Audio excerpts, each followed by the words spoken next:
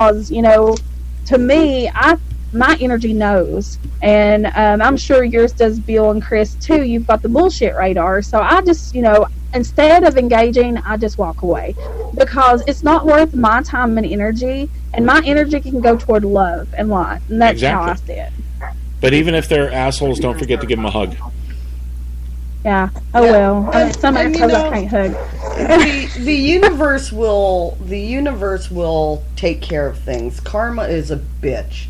And it will come back, and sometimes it's best to just sit back and let karma do her job.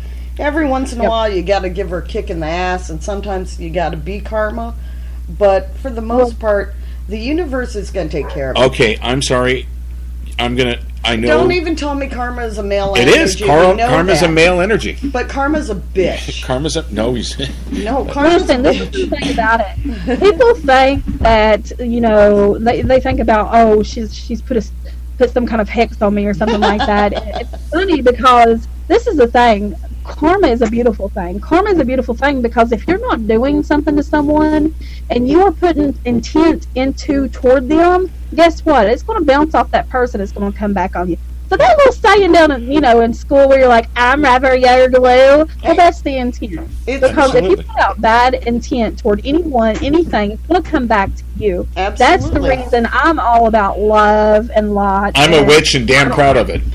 Yeah, exactly. I mean, that's just how it is. I mean, that's who we are. And it's really, honestly, people who have that glow about them, that light, that inside just overall good person, they are attacked a lot.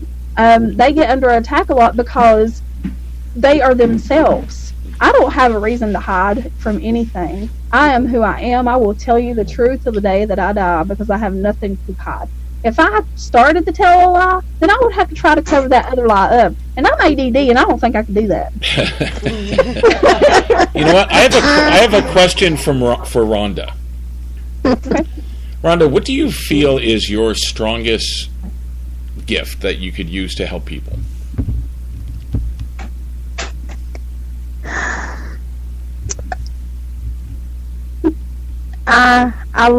The tea leaf reading is first and foremost. I love that. I'm able to connect with people, but I think that it's going to sound strange, but I think the greatest gift is the Nickerson Sneed House. We accidentally come across it. Didn't intend to buy it. We did. We kind of sat on it. Didn't really do anything with the house. We had it since 2004. And then 5 years ago, we decided we were going to open the house up and start using it for different things. We started using it for a haunted house, in the fall. And then I met people in the metaphysical field, and then we decided, we're going to do this stuff during the summer, in the spring when you're not having the haunted house. And then we've reached so many people. That house has brought so many people into my life that I would not have met. That house is the reason that I met Holly, Misty, Ashley, and Kelly. So it's odd to say, but I think the house has been the greatest gift because it's allowed us to help so many people. And I know it's strange, but the greatest gift that I have, I guess, would be tea leaf reading, but the greatest gift that's given to me to help people has been that house. That's awesome. Oh. That's awesome. Mm-hmm. Of course, my sisters. But I wouldn't have met them without the house. So. Holly, come out of your shell. What? Come here. What? Come here. I'm here, Bill. Okay. What do you want me to say? What is your greatest gift that you use to help people? All right. Here we go. Oh boy, hold on. Buckle in. Buckle in. She took a breath. What? The gift of the tongue. Oh God. Oh shit. Here we go. We can take this in a really bad direction. What was it, last week or the week before that? It was the box and the Oh yeah. Yeah. Michelle was talking about her box. Hi Michelle. Hi Mish. Everybody's box was hot and warm, and everybody's box was out. Kristen Lee's box was out. So, okay, Mrs. Holly. Box was out. Here's Kelly with her tongue. Listen, y'all don't know the full story. I'll tell that off air. I don't want to scar nobody. But seriously, being able to connect people, connecting people to loved ones, and the beautiful thing about psychic abilities is you're not just stuck to one ability. You're not labeled. I consider myself an intuitive healer, which for me, I do psychic mediumship and energy work. And Rhonda even does energy work through Reiki. So don't put yourself aside there, Rhonda. We all contain this beautiful gift, and together as sisters, we work very well in tune. But I love working with people's energy, but I like being able to connect people. I love being able to heal people.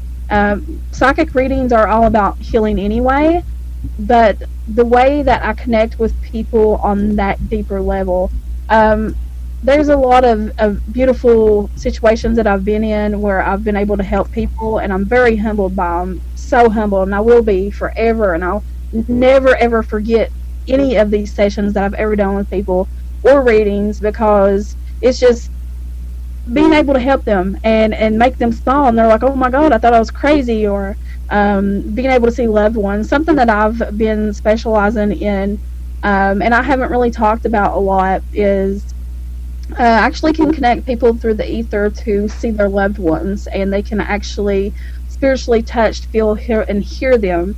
It's something that I haven't really announced or come out with completely, because I'm still, I don't know how people are going to react to that, and I shouldn't care, because I don't really care how people feel about it, but I've selected a few people that spirits like, you can do this. So and it's funny, because if anybody knows anything about the Akashic Records, I actually visited the Akashic Records last year, and it was an amazing experience. For you guys who don't know what the Akashic Records is, that is the biblically, it is the story of life. It's the holder. It's the computer where everything's stored. It's a library of life, future, past, and what's to come. And I always take things with a grain of salt, and I always have. And that's the thing about me. I'm not going to look in this mirror over here and say, look at that face, because I'm level-headed like that. If I hear a sound, I want to know where it's coming from. I don't just say this is psychic, this is spiritual, whatever. But so I was in my meditation, and I got pulled up to the Akashic Records, and it was amazing. I seen the hall, like I went down a hallway, I seen bookshelves off to my left and right. I saw a mirror, and I saw myself. I had to look at myself. That was part of this. I had to look at myself, and damn, I knew there was something different, and this was 2 years ago. I knew there was something different about myself, but I don't look at myself that way. I'm just me. I'm just Holly. I just keep walking the path. But other people kept seeing it. I spoke at an event in Iowa, and this guy messages me on the way home, and he says, Holly, there was this huge, like, winged woman behind you standing, which was really cool. And I had other people confirm that, and they're like, Holly, you have this, there's something there, there's this woman, there's this, and I reached my higher self is what it was. But anywho, I walked down this hallway. It opens up to this huge, beautiful ballroom, and there's a white pillow in the middle. And I knew what I was supposed to do. Like, that's how spirit works, and that's how this all works, and it's amazing. So I sit on this pillow and go into another meditation. As soon as I close my eyes, these white beings are surrounding me, and they did tell me that I'm going to be healing more, and my healing was going to be more intense. I had no idea at that time what that meant for me. So I took it for what it was. I was shown 3 of my past lives, which was pretty cool. And I think this is just part of that, of what I was told and what I'm feeling. But it's pretty amazing to be able to connect people with loved ones. And the way it works for me is I actually lay my hands on people. I have to be with you physically. I'll lay my hands on people, and I pull that energy together. So it's pretty amazing. And I just love healing people. That's it. I'm done. That's it. I'm done. Oh, show's over. Shit. All right. Good night. Thank you for listening, everyone. When Holly says she's finished, everybody's finished. Holly's done. That's it. Right. Mama goes first. Time to go dye my hair. All right. Can I ask you a question? When all of you are together, and I know you do seances as well and things like that, and table tipping, and how do you think that's perceived by the paranormal community? Oh, I've got a good one for that. We have several local paranormal teams that come in to some of our events just to see the spiritualist side of it, and they are taking what we do and incorporating it into their investigations. Yeah. Give me an example they of that, love Rhonda. it. Give me an example of what they're incorporating.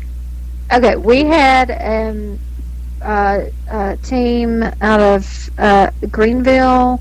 I'm not sure if it's North Carolina, Tennessee. Where was it, Holly? Michael. Where are they from? Oh, Michael? Yeah. North Carolina. North Carolina. So they have come to several events, our spiritualist events, just to see what we do. So they are using now pendulums and dowsing rods in their investigations and spirit boards. We had a team from Kingsport, Tennessee come in this past weekend to do some experimentation with us, which they're going to put together, and they validated a lot of stuff that we did. They're going to put it together and have it on YouTube. But they are going to start incorporating table tipping and sensory deprivation in their investigations. For those who don't know what table tipping is, why don't you explain what table tipping is? Actually, table tipping has been handed down to me from my grandmother.